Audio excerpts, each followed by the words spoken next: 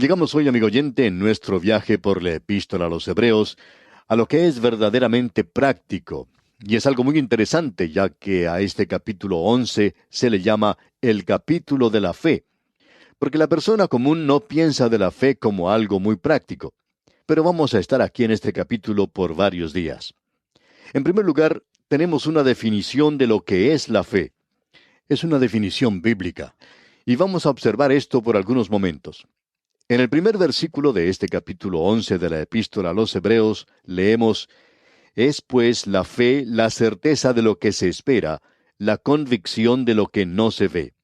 Esa es la definición que la Escritura da en cuanto a la fe, y la razón por la cual él se dirige a esa palabra tan importante es porque Dios hoy tiene solamente dos caminos, y usted puede llegar a él por las obras. Ahora alguien quizá nos diga que no creía que nosotros creyéramos eso. Sí, amigo oyente, es así. Si usted presenta la perfección, Dios le aceptará entonces. Pero hasta ahora nadie lo ha podido hacer. Adán no lo hizo, y ninguna otra persona lo ha podido hacer. Abraham no lo hizo, tampoco lo hizo David, y tampoco lo hizo Daniel. Ninguno de ellos pudieron alcanzar la perfección. Pero Él es perfecto. Por tanto, ese camino no es un camino muy satisfactorio. Aún así, hay muchas personas que están andando por ese camino, pero no están llegando a ningún lugar. La otra única alternativa que queda para nosotros hoy es la fe. Podemos ir a Dios por medio de la fe. Ahora alguien quizá nos diga, bueno, esa no es una forma muy satisfactoria. Bueno, amigo oyente, permítanos decir esto antes de analizar esta definición. Se le preguntó a una niñita que respondiera en sus propias palabras qué era la fe. Y ella presentó una buena respuesta. Dijo: bueno, la fe es creer aquello que usted sabe que no es así. Y hay muchas personas que opinan de la misma manera. Hay muchos que piensan que es un salto en las tinieblas, que es como aventurarse, que es algo incierto. Bueno, amigo oyente, si es así como usted piensa, entonces usted no tiene fe.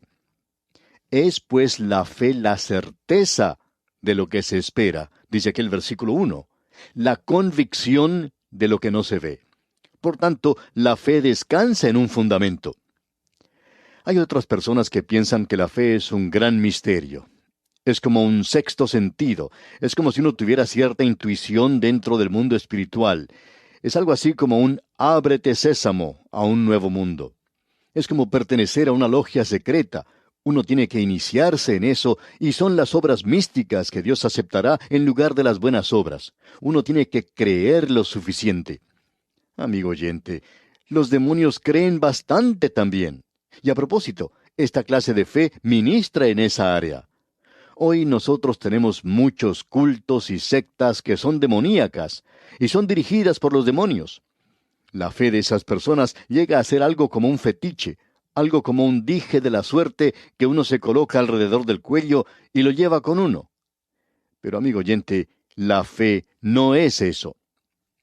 El gran predicador Spurgeon lo dijo de la siguiente manera: no es la forma en que usted se agarra de Cristo lo que le salva, es Cristo. No es el gozo que usted tiene en Cristo lo que le salva, es Cristo. No es siquiera la fe en Cristo lo que le salva, aun cuando ese es el instrumento. Es el mérito en la sangre de Cristo lo que le salva. La fe le permite asirse de eso, agarrarse de eso. Eso es todo. Hasta aquí las palabras de Spurgeon. La fe, por tanto, no es algo misterioso. Es algo que mira al Señor Jesucristo. La fe no es algo que se agrega a las buenas obras, como el carácter. Hay algunas personas en las iglesias hoy que tratan a esto como si fuera una ensalada donde la fe es el elemento que ayuda a aderezar esto. Usted tiene una ensalada y agrega sal, aceite, vinagre, y hay muchas personas que simplemente le agregan buenas obras. Amigo oyente, eso no es fe. Él está diciendo dos cosas aquí. Fe es la certeza de lo que se espera, la convicción de lo que no se ve. En realidad nos gusta mucho lo que dijo el doctor J. Oswald Sanders en cuanto a esto. Él dijo: la fe le permite al alma creyente tratar al futuro como el presente, lo invisible como lo que se ve. Eso es bueno. Observemos ahora la definición bíblica de la fe. Fe es la certeza, es la substancia. ¿De qué estamos hablando aquí cuando decimos certeza o substancia? Bueno, la palabra griega utilizada aquí es upóstasis. Es un término científico y es lo opuesto a hipótesis, que es una mera teoría.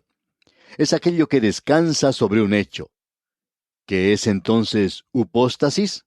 Bueno, eso es una substancia. En química sería ese elemento químico que queda en el fondo del tubo de ensayo después que uno haya hecho algún experimento. Cuando uno estudia en la universidad, muchas veces el profesor le da a uno un tubo de ensayo con estas cosas para que uno descubra lo que hay allí. A veces el experimento no sale muy bien, quizás se registra alguna explosión en la clase, pero de todos modos, el alumno trata de descubrir en el laboratorio lo que hay allí en ese tubo de ensayo. Quizá esto sea algo arriesgado, como puede ser peligroso para los alumnos y los profesores, pero así es como se hacen estos experimentos. Ahora, la substancia en el fondo del tubo de ensayo es la substancia que uno está buscando. Esa es la realidad. Eso es lo que es la fe. La fe es la substancia, la certeza.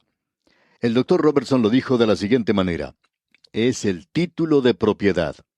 ¿Cuál es ese título de propiedad? ¿Cuál es la certeza, la substancia?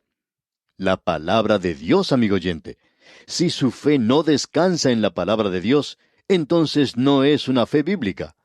Tiene que descansar en la palabra de Dios, en lo que Él dice. En realidad significa creer en Dios.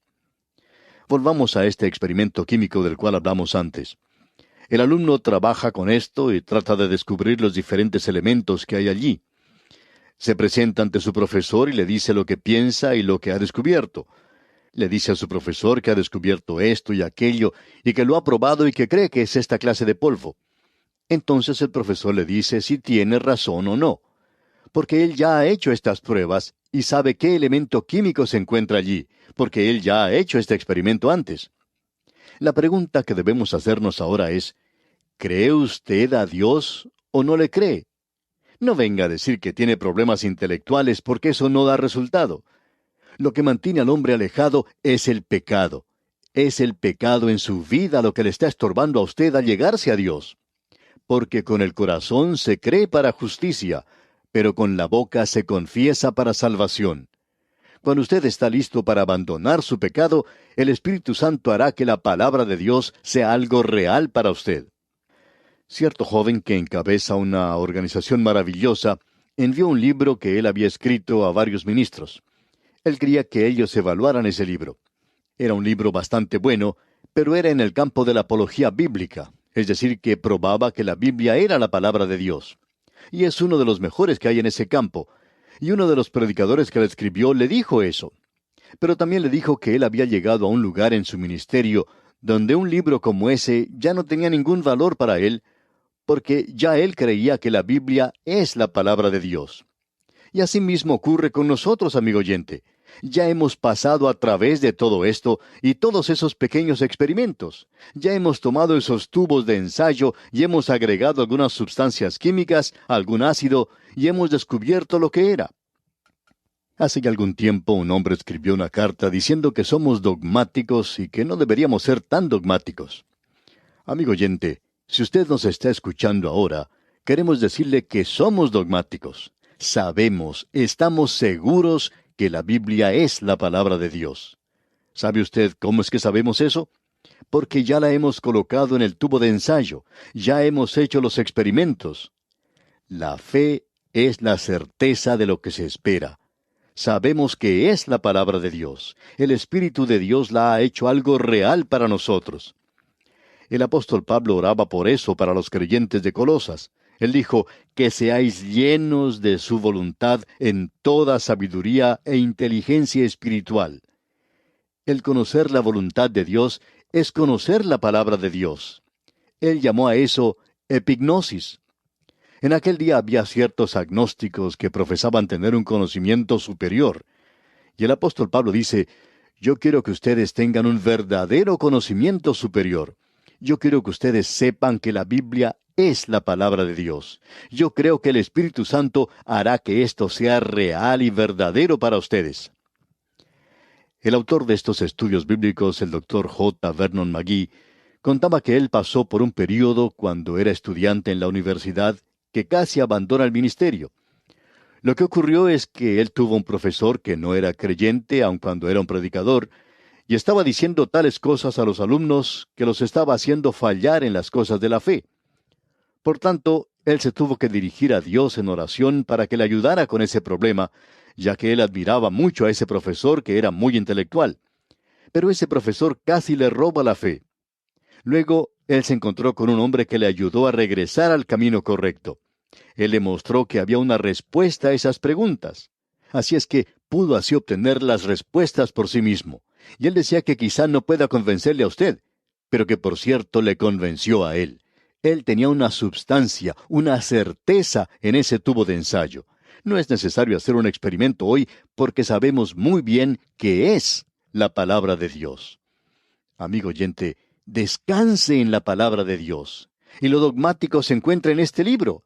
Esa es la razón por la cual dice en el versículo 39 del capítulo 10 de esta epístola a los Hebreos: pero nosotros no somos de los que retroceden para perdición, sino de los que tienen fe para preservación del alma. Hay solo dos formas de andar.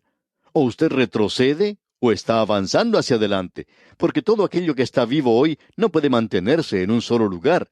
O usted se dirige en una dirección o en la otra. Usted sabe que en un bosque hay cierto deterioro que está ocurriendo y hay decadencia, pero también hay cierto crecimiento y desarrollo en el mismo lugar. No hay nada allí que esté vivo y que se mantenga siempre en la misma posición o situación. Es imposible hacer eso. La fe es, pues, la certeza de lo que se espera. Eso es algo científico. Ahora, lo segundo es la convicción de lo que no se ve. Y aquí tenemos otra palabra. La palabra para convicción o esencia en griego es elenkos, es decir, convencer. Cuando se estudia el griego clásico, se puede encontrar esta palabra que se presenta en el juicio hecho a Sócrates. En el relato que hace Platón se menciona como 23 veces. A propósito, elenkos es una expresión legal. Eso es algo que uno puede llevar al tribunal y probar. Eso es algo sobre lo cual descansa todo el mundo de los negocios. El mundo de los negocios funciona por fe. Hay mucha gente que tiene tarjetas de crédito. Estas personas pueden ir a un negocio y comprar lo que les gusta y presentan la tarjeta de crédito al dependiente del negocio. Esa persona tiene que tener mucha fe para creer que quien está presentando esa tarjeta es propietario de ella. Tiene que aceptar que con el transcurso del tiempo esa persona va a pagar. Por lo general, las compañías financieras están seguras de que uno va a pagar, porque si no, le quitan esa tarjeta de crédito, por supuesto. Pero debemos observar que a través de todo esto existe la fe. Un hombre que escribe un cheque, así como también la persona que lo acepta, está actuando por fe. Bueno, esta es la palabra elenkos. Es una evidencia que se acepta en un tribunal. Como podemos apreciar, amigo oyente, la fe no es un salto en las tinieblas. La fe no es algo como, bueno, espero que así suceda. La fe es una substancia, es una certeza, es una evidencia, es una substancia prácticamente científica, es una evidencia para la mente legal. Si usted en realidad quiere creer, entonces puede creer. Usted puede creer muchas tonterías también, pero Dios no quiere que usted haga eso. Dios quiere que usted descanse en la palabra de Dios. Luego dice en el versículo 2 de este capítulo 11 de Hebreos: porque por ella alcanzaron buen testimonio los antiguos. Ahora, esta palabra antiguos podría cambiarse también por ancianos. ¿Y quiénes son esos ancianos? Bueno, los ancianos pueden pertenecer a tres grupos diferentes. El primer grupo podría ser sencillamente un grupo formado por personas ancianas. También puede ser un cargo que se menciona en el Nuevo Testamento. Usted recuerda que el apóstol Pablo hablaba en su carta a Tito que él tenía que nombrar a ciertos ancianos. Ese es uno de los cargos en la iglesia y puede referirse a eso. También puede referirse a los santos del Antiguo Testamento. Eso se mencionó, usted recuerda, al principio mismo de esta epístola a los Hebreos, en el capítulo 1, versículo 1, donde dice: Dios, habiendo hablado muchas veces y de muchas maneras en otro tiempo a los padres por los profetas. Allí tenemos esa palabra ancianos otra vez. Creemos que podría ser que con una fe como esta, los padres recibieron ese testimonio. Ellos creyeron a Dios. Esos ancianos del Antiguo Testamento hicieron eso. Y para ellos no fue un salto en las tinieblas. No fue un ojalá que así sea, sino que descansaba en la evidencia. Noé construyó un arca. Vamos a poder apreciar que él lo hizo por fe. Bueno, ¿qué clase de fe? ¿Porque tuvo algún sueño en cuanto a eso? No, amigo oyente. Dios le dio a él evidencia suficiente. Él caminó con Dios por muchos años. El problema con muchos de nosotros hoy es que cuando se nos presenta una crisis y nosotros deberíamos descansar en Dios y poner nuestra esperanza en Él, descubrimos que no lo hemos estado haciendo. Es una experiencia tan nueva para nosotros que es algo muy difícil de hacer de nuestra parte. Amigo oyente, cuando uno confía en Dios, cuando el sol está brillando, es entonces mucho más fácil confiar en Él cuando vienen las cosas tenebrosas y se presentan las tormentas de la vida.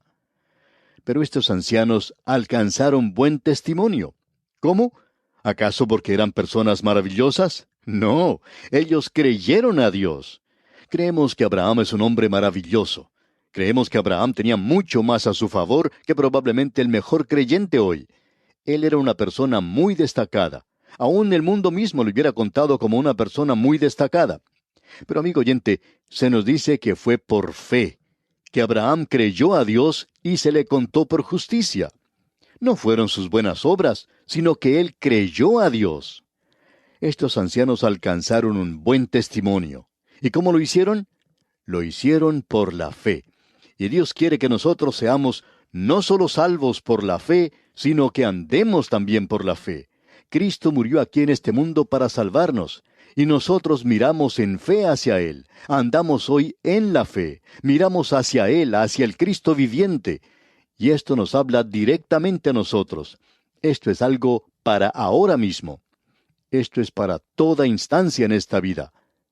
¿Sale usted de compras, amigo oyente? ¿Va a ir a trabajar? ¿Sale para el colegio o a algún compromiso social? Vaya entonces por fe en el Señor Jesucristo. Nosotros andamos por fe, no por vista. Así es como Dios quiere que nosotros andemos en el presente. Y en el versículo 3 de este capítulo 11 de la Epístola a los Hebreos leemos: Por la fe entendemos haber sido constituido el universo por la palabra de Dios, de modo que lo que se ve fue hecho de lo que no se veía. Hay dos explicaciones en cuanto al origen de este universo. Una es nada más que especulación. La otra es revelación. Por medio de la fe nosotros aceptamos la revelación. Y por fe usted también acepta la especulación. La especulación tiene muchas teorías. Muchas de ellas han sido abandonadas. En el presente es la evolución. Pero eso también ya está pasando de moda. Pero eso es lo mejor que pueden tener, por fe en la especulación. Y por cierto que hace falta mucha fe para seguir una corriente como esa. Bien, amigo oyente, vamos a tener que dejar esto aquí por hoy y continuaremos, Dios mediante, con este interesantísimo asunto en nuestro próximo estudio. Es nuestra oración que Dios le bendiga abundantemente.